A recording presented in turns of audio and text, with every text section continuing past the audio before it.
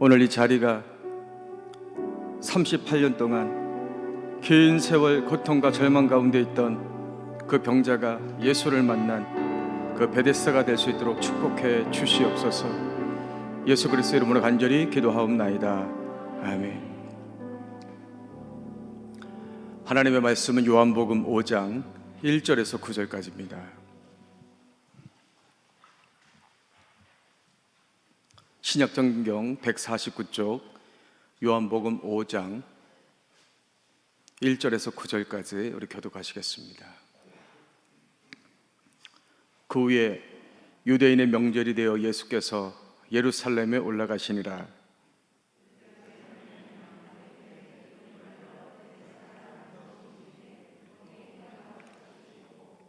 그 안에 많은 병자, 맹인, 다리 저는 사람, 혈기 마른 사람들이 누워 물의 움직임을 기다리니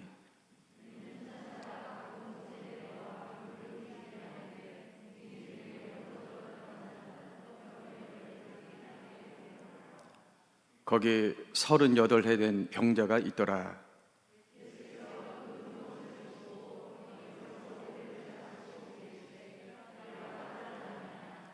병자가 대답하되 주여 물이 움직일 때에 나를 못에 넣어주는 사람이 없어 내가 가는 동안에 다른 사람이 먼저 내려가나이다.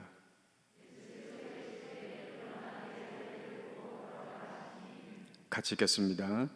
그 사람이 곧 나와서 자리를 들고 걸어가니라.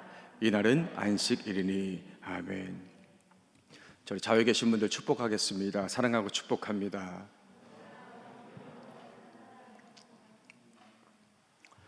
하나님이 여러분들 찬양을 받으시면서 감동을 받으신 줄로 믿습니다. 저는 마음이 좀 찡하실 것 같아요. 그죠? 이렇게 마스크를 쓰고 참 불편한데 숨쉬기도 사실 불편한 거거든요. 근데 소리 내서 찬양하기 불편하다는 걸 하나님도 잘 알고 계세요. 근데 여러분들이 이렇게 힘있게 정말 가슴에서 우러나오는 그 찬양을 드리는 모습을 보면서 하나님이 참 마음이 아주 감동이 오시고 참 기뻐하시겠다 이런 마음이 들었습니다. 저는 이 자리가 베데스다가 되기를 주의 이름으로 축복합니다. 또 영상으로 예배 드리시는 분들도 가정이든 어리든 동일한 믿음으로 예배를 드리시면 또 그것이 베데스다가 분명히 될 줄로 믿습니다. 그러니까 베데스다가 희망을 주는 곳입니다. 왜냐하면 이 베데스다 못과 이 전설이 있거든요. 관련된 전설이 있어요. 가끔 천사가 내려와서 물을 움직이면 누구든지 어떤 병에 걸렸든지 먼저 들어가면 이제 그 병이 낫는다. 이제 그런 이제 전설이 있어요. 그러니까 전국에 있는 모든 병자들이 내가 저기 들어가서 나아야 되겠다. 그러니까 그런 희망을 가지고 모인 것. 그러니까 희망의 장소가 바로 이 베데스다입니다. 근데 사실 이 베데스다가 겉으로 보면 희망의 장소 같지만 사실은 절망의 장소예요. 왜냐하면 이 베데스다는 한 사람밖에 고침을 받을 수가 없어요. 한 사람밖에, 1등밖에. 우리 4절을 보십시오. 이는 천사가 가끔 못에 내려와 물을 움직이게 하는데 움직인 후에 먼저 들어가는 자는 어떤 병에 걸렸든지 낫게 됨이더라. 어떤 병에 걸렸든지 먼저 들어가면 낫는 거예요. 거기 들어가면 낫는 거예요. 근데 문제는 뭐냐면 누구나 들어간다고 해서 다 나올 수 있는 게 아니라 제일 먼저 들어가는 사람, 그러니까 1등으로 들어가야만 병이 나을 수가 있다는 것입니다. 아무리 천사가 와서 물을 막 이렇게 움직여도, 자주 움직여도 내가 1등이 아니면 나는 나을 수가 없어요. 그러니까 성경에 나오는 맹인, 다리 저는 사람, 혈기 마른 사람, 38년 된 병자, 그러니까 이런 심한 병에 걸린 사람들, 오랜 병에 걸린 사람들은 거기 들어가고 싶어도 들어갈 수가 없는 거죠. 그러니까 시간이 지날수록 처음에는 이 베데스다가 희망을 주는 장소였거든요. 내가 여기 들어가면 나는 나을 수 있을 거야. 근데 시간이 지나면 지날수록 내가 들어갈 수가 없으니까 절망을 주는 그런 장소가 되어버렸습니다. 그러니까 여기 모인 사람들도 처음에는 서로를 보면서 불쌍히 여겼죠. 아, 저 사람 저기가 아프구나, 이 사람은 여기가 아프구나. 서로의 처지를 이해하고 불쌍하게 여겼는데 시간이 지날수록 이제는 서로가 경쟁자예요. 왜? 내가 먼저 들어가야 되니까. 서로가 적인 겁니다. 어떤 사람이 먼저 들어가서 병이 나았어요. 병이 진짜 나은지는 몰라요. 뭐 전설이니까. 그러면 축하해 주는 게 아니라 오히려 그 사람을 시기하고 저주하고, 저 사람 때문에 내가 못 들어가서 병이 낫지 못했다. 베데스다가 희망의 장소 같았는데 사실 실상을 보니까 절망의 장소라는 것이죠. 이 절망의 뿌리가 어디 있냐면 서로 비교하는 거예요. 비교하는 비교의식에 있는 거예요. 상대방과 나를 비교하는 것. 우리가 세상을 살면서 저마다의 베데스다가 다 있어요. 베데스다가 못이 우리 안에 다 하나씩 다 있습니다. 어떤 분은, 우리 학생들은 좋은 대학이라는 베데스다, 우리 청년들 좋은 직장이라는 베데스다, 또 사업하시는 분들은 성공하는 베데스다, 다 베데스다가 다 있어요. 내가 여기 들어가면 나는 성공할 거다, 나는 행복할 수 있을 것이다, 그런 희망을 갖고 있는 거거든요. 요즘 30대, 40대 결혼한 남자들의 베데스다가 뭔지 아세요, 여러분? 30대, 40대 결혼한 남자들의 희망이 뭔지 아세요? 복권입니다. 복권. 30대 남자의 73%, 40대 남자의 67%가 이제 복권을 구입하고 있어요. 그러니까 20대 때는 몰랐어요. 근데 30대, 40대에서 결혼해서 이제 자식 낳고 키우고 살다 보니까 가르치기가 너무 힘들고 주거비가 너무 부담스럽고 힘든 거예요. 한 번만 당첨되면 되는 거예요. 한 번만. 뭐 두 번도 바라지 않아요. 내가 한 번 주인공이 되면 내가 고민하고 있던 모든 그 문제들 다 해결되고 내가 행복할 수 있다. 그렇게 희망을 이제 품고 금요일 저녁만 되면 이제 도전하는 거죠. 그러나 현실을 보면 그 베데스다에 나만 있는 게 아니에요. 수많은 사람들이 모여서 먼저 내가 희망하고 있는 그 베데스다에 먼저 들어가려고 하는 거예요. 그리고 항상 보면 내가 들어가기 전에 먼저 다른 사람이 들어가 버려요. 똑같이 기다리다가 똑같이 이렇게 경쟁하면 그나마 괜찮은데, 이 출발부터 다르게 되면, 불공정하면 그 절망감은 받아들이기가 더 힘든 거죠. 이 절망의 뿌리, 비교의식에서 오는 거예요. 상대방과 나를 비교하는 것. 그래서 그 비교의식을 가지고 상대방을 판단하고 나를 판단하는 것.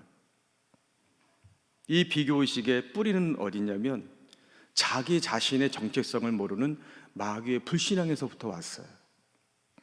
마귀는 피조물이고 하나님은 창조주예요. 피조물과 창조주는 비교 대상이 아니거든요. 그 피조물은 내가 피조물이라는 걸 인정하고 창조주를 창조주로 인정하면 되는 겁니다. 근데 문제는 피조물인 마귀가 창조주인 하나님과 자기를 비교하는 것. 그러니까 자기가 하나님처럼 되려고 하나님을 대적하기 시작하는 거죠. 그러니까 심판을 받을 수밖에 없는 겁니다. 아담과 하와를 보세요. 아담과 하와는 피조물이에요. 하나님이 창조물입니다. 그러니까 아담과 하와가 하나님을 창조주로 인정하고 자기는 피조물이라는 걸 인정하면 아무 문제 없어요. 에덴 동산에서 하나님의 복과 은혜를 누리면서 살 수가 있어요. 그런데 문제는 하와가 어느 순간 하나님과 자기를 비교하기 시작하는 거죠. 그러니까 자기가 누군지를 모르는 거예요. 그러니까 하나님과 똑같아진다는 그 사단의 그 꾀임에 속아서 선악과를 따먹는 죄를 짓고 그 축복의 땅 에덴 동산에서 쫓겨나게 되는 겁니다. 오늘날 이 비교의식, 우리를 절망에 빠뜨리는 비교의식 누가 만든 겁니까? 우리 스스로가 만든 거예요, 여러분. 누가 만들어 놓은 게 아니에요. 오늘 우리가 읽은 이 성경 3절과 4절에 보면 그 말씀이 가로쳐져 있어요. 3절과 4절 중반부에 보시면 물의 움직임을 기다리니 이는 천사가 가끔 못에 내려와 물을 움직이게 하는데 움직인 후에 먼저 들어가는 자는 어떤 병에 걸리는지 낫게 됨이라. 그러면서 그게 가로가 쳐져 있거든요, 성경에. 왜 가로가 쳐져 있냐면 원본에는 그 내용이 없어요. 근데 후대에 이 내용이 첨가가 됐거든요. 왜 첨가가 됐냐면 많은 사람들이 그렇게 믿고 있는 거예요. 베데스다 연못에 들어가면 무슨 병이든지 나을 것 같다. 이 물이 막 움직이는 게 왜 움직이는지도 모르고, 그 당시에는 지식이 없잖아요. 그러니까 왜 물이 움직이는지 모르고 그냥 천사가 와서 물을 움직였나 보다. 그러니까 들어가면 병이 낫겠지. 우리 스스로가 가지고 있는 생각, 우리 스스로가 바라고 있는 것들, 그러면서 우리 많은 사람들 가운데 우리가 다 똑같이 들어가서 다 나으면 얼마나 좋겠어요. 우리 죄인은 그렇지 않아요. 우리 인간은 죄인이고 이기적인 동물이기 때문에 다 들어가면 안 되는 거예요. 다 똑같이 나오면 안 되는 거죠.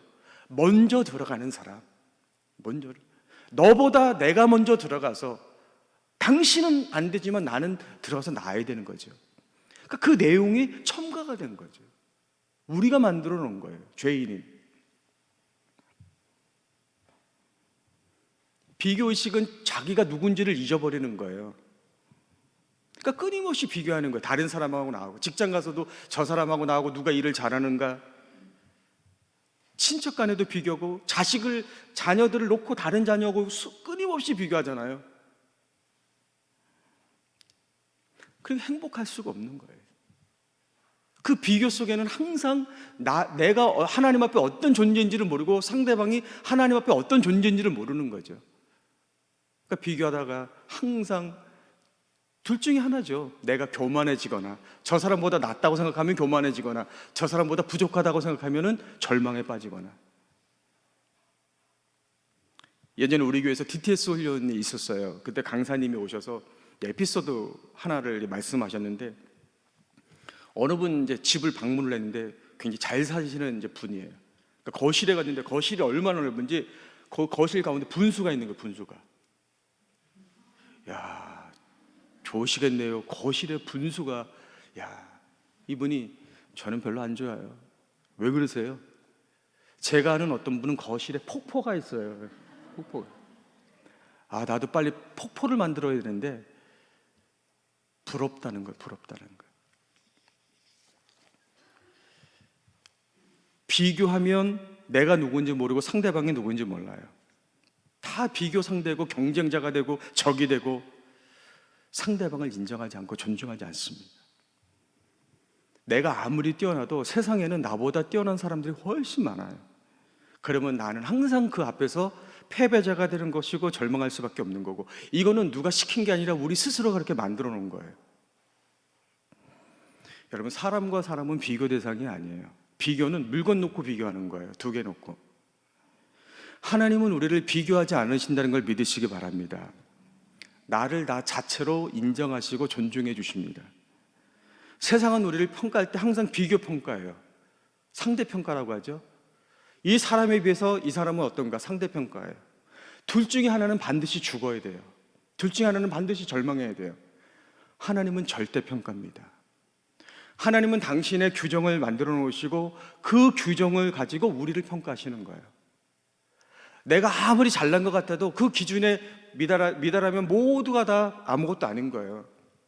그러나 모두가 그 기준에 맞기만 하다면 우리는 다 하나님 앞에 인정받는 사람들이고 하나님 앞에 존귀한 사람들로 하나님 앞에 받아들이게 될 줄로 믿습니다.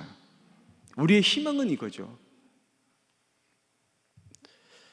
자, 이렇게 절망적인 이 베데스다에 있던 38년 된 병자, 놀랍게 이제 고침 받게 됩니다.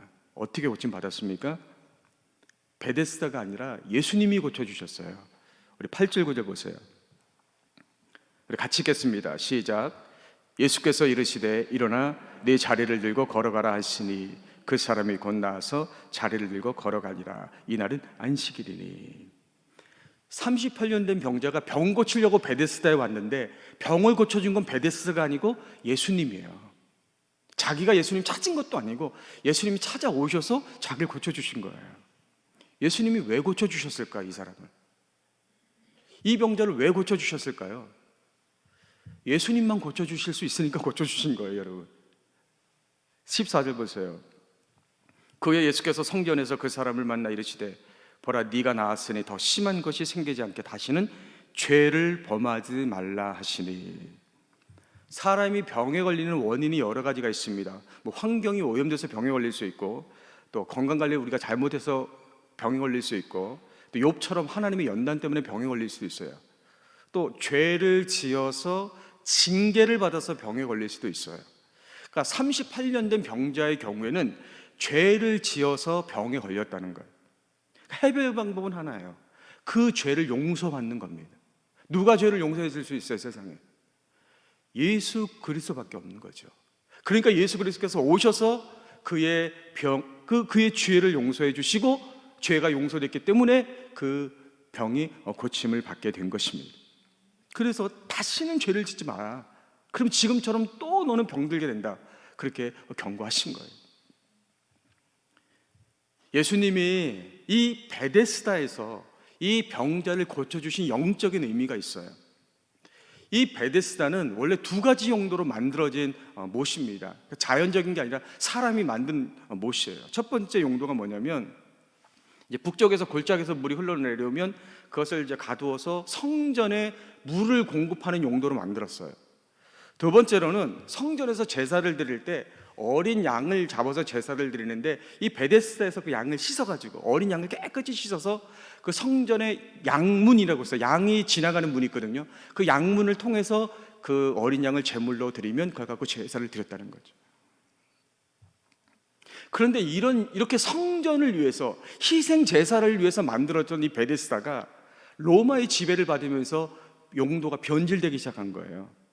로마에는 신들이 많잖아요. 그 가운데 아스클레피오스라는 신이 있는데, 이 신은 무슨 신이냐면 의학의 신이에요. 의학의 신, 병 고치는 신이에요. 그러니까 이 의학의 신이 어떻게 병을 고치냐면, 깨끗한 물에다가 몸을 씻고 또 진흙을 이렇게 몸에 바르고, 그러면 이제 이 신이, 우상이 이제 병을 고쳐준다, 이렇게 믿고 있었던 것이죠. 그러니까 이 이스라엘도 로마의 지배를 받으면서 이 자연스럽게 의학의 이 신을 숭배하기 시작한 거죠. 그래서 원래는 이 베데스다가 성전을 위해서 만들어졌던 것인데, 나중에는 이 의학의 신을 섬기면서 여기서 우리가 이제 병고침 받아야 되겠다, 이 우상을 섬기면서 종교적인 행위를 하고 의학적인 행위를 하면서 여기서 병을 고쳐야 되겠다, 이게 변질돼 버린 거예요. 그래서 예수님은 원래의 의미를 지금 회복시켜 주시는 거예요. 베데스다에서 어린 양을 깨끗하게 씻어서 성전에서 희생제물로 바치면 그 사람의 죄가 씻어지는 것처럼, 예수님이 이곳에서 38년 된 병자의 그 죄와 병을 고쳐주심으로 인해서 예수님이 우리 어린 양이 되셨고 십자가에서 그 희생제물이 되어주셨다는 것을 상징적으로 보여주신 것입니다. 근데 사람들은 예수님을 어린 양으로 보지 않아요. 믿지 않아요. 그리고 그 예수님을 이 당시 사람들은 자기들의 욕망을 위해서 이용하려고만 했다는 거죠. 6절 말씀을 보십시오. 예수께서 그 누운 것을 보시고 병이 벌써 오래된 줄 아시고 이르시되 네가 낫고자 하느냐. 예수님이 이 병자에게 네가 낫고자 하느냐 이렇게 물으셨어요. 이게 무슨 말이냐면, 네가 비록 38년 동안 병들었지만 내가 하나님의 어린 양이다, 내가 너의 희생제물이 되어서 내가 너를 구원할 수 있다, 하나님의 아들이다, 그렇게 말씀하시는 거거든요. 근데 이 병자는 그렇게 믿지를 못하죠. 7절에 보면 병자가 대답하되 주여 물이 움직일 때에 나를 모재에 넣어주는 사람이 없어 내가 가는 동안에 다른 사람이 먼저 내려가나이다.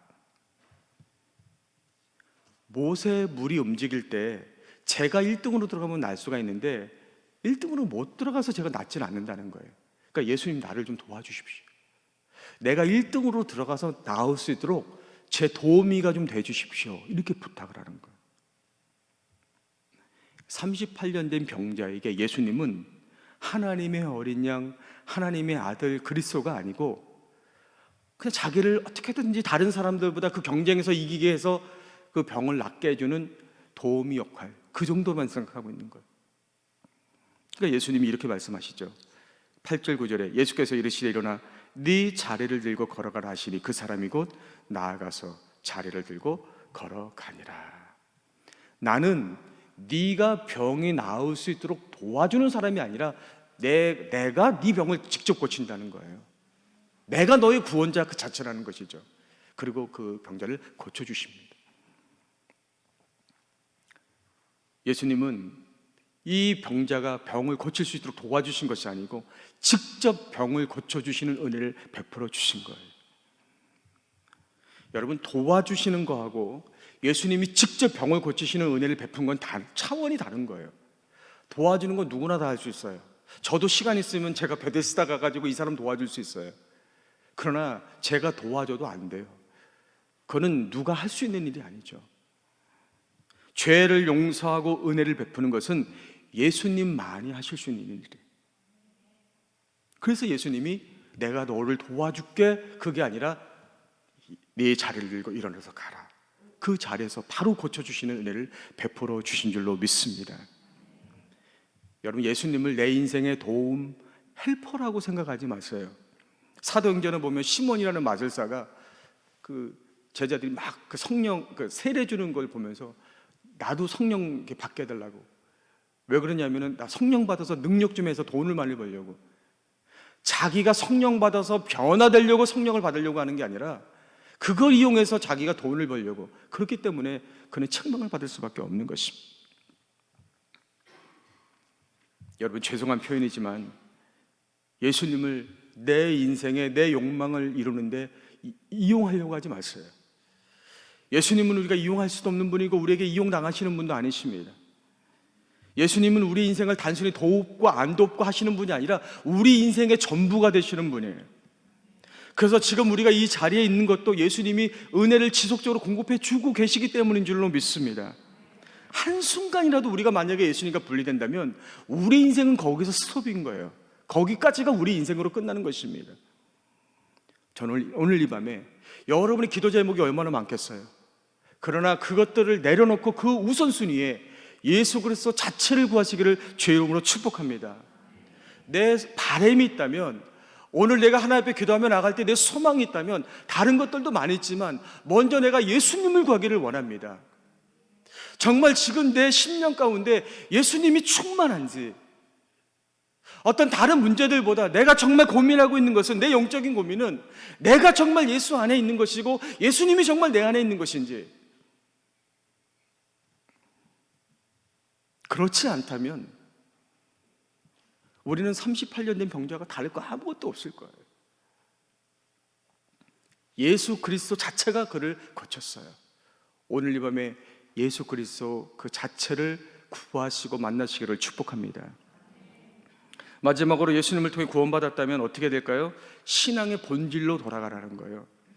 우리 14절 말씀 다시 한번 보시면, 그 후에 예수께서 성전에서 그 사람을 만나 이르시되 보라, 네가 나았으니 더 심한 것이 생기지 않게 다시는 죄를 범하지 말라 하시니. 이 병자를 예수님이 어디서 또 만나셨냐면 성전에서 만났다는 거예요. 병 고쳐주시고 나서 얼마 뒤에 성전에 가셨는데 거기 병자가 있었어요. 이 사람이 왜 성전에 갔을까요? 첫 번째로는 깨어진 인간관계를 회복하기 위해서예요.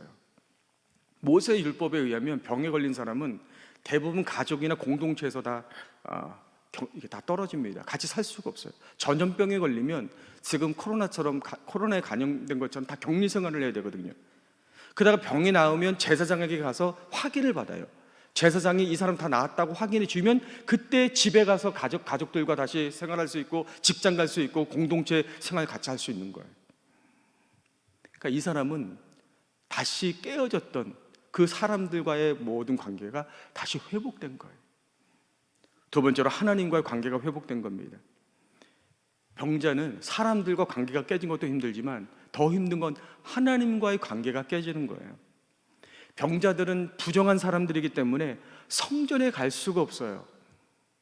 이 사람들은 스스로가 나는 하나님과 단절된 사람이다, 하나님께 외면당한 사람이다, 그 고통 속에 사는 거예요. 그 두려움 속에 사는 거예요. 그래서 빨리 하루라도 내가 나와서 성전에 가서 내 병이 나갔다는 것을 증명하고 내가 하나님의 백성이라는 것, 나도 아브라함의 자손이라고 인정받고 싶은 거예요. 그래서 그 성전에서 마음껏 그 하나님께 예배하고 싶은 것이 바로 이 병자의 심정이었던 거죠.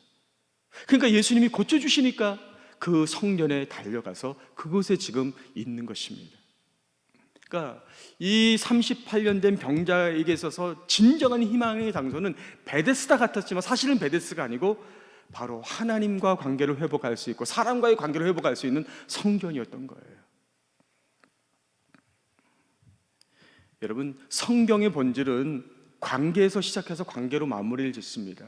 신앙생활의 본질은 관계예요. 인생의 본질도 관계예요.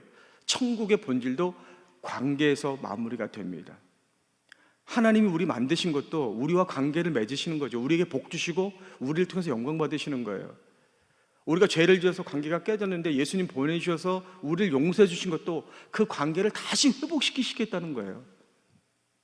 결혼 제도를 처음 만들어 주신 것도 아무 상관없는 사람들이 결혼을 통해서 인간관계를 맺으면서 그 하나님의 관계를 경험하게 하신 것입니다. 천국도 결국은 금은보석이 휘황찬란한 곳, 그거보다 더 중요한 것은 하나님과 우리와의 관계가 완벽해지고 사람과 사람과의 관계가 완벽해지는 것, 그것이 바로 천국인 것입니다. 오늘 이 밤에 여러분 무엇을 구하시겠습니까? 아무리 여러분들이 희망하는 것을 구해도 정작 예수 그리스도가 우리 안에 없다면 그것은 아무것도 아니죠. 내가 아무리 구하는 것이 많다 할지라도 정작 사람과의 관계가 깨져 있고 하나님과의 관계가 깨져 있어서 내 심령 한 곳이 뻥 뚫려 있으면 여러분 돌아가셔도 똑같이 허전하고 공할 수밖에 없는 것이죠. 오늘 이 밤에 예수님을 찾으십시오. 관계를 다시 회복하십시오. 그 주님이 내 안에 오시고 내가 주님 안에 있으면, 관계가 회복되면 그 나머지 그 모든 것들 우리 주님께서 책임져 주실 줄로 믿습니다. 우리 그 믿음을 가지고 같이 우리 찬양하며 우리 주님 앞에 좀 나가겠습니다.